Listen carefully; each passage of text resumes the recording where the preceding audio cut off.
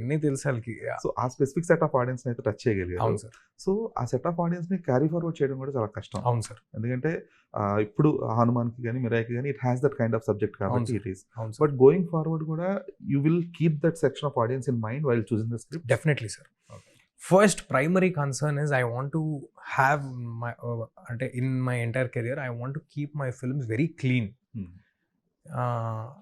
అంటే మొత్తం ఫ్యామిలీ, పిల్లలు, చిన్నపిల్లలు చూడగలిగే ఒక సినిమా తీయాలనేది ఇంటెన్షనల్గా ఫిక్స్ అయిన ఒక విషయం సార్.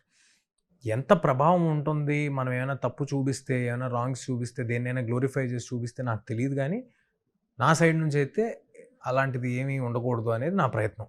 మా హనుమాన్లో కానీ, ఈ సినిమాలో కానీ ఒక్క స్మోకింగ్ షాట్ కానీ, ఒక్క డ్రింకింగ్ షాట్ కానీ ఏ పాత్ర చేయదు మొత్తం సినిమాలో. సో సినిమా స్టార్టింగ్లో స్టాచ్యుటరీ వార్నింగ్స్ కూడా పడవు, because we don't have anything in that film. సెన్సార్లో అవి కూడా ఉండవు.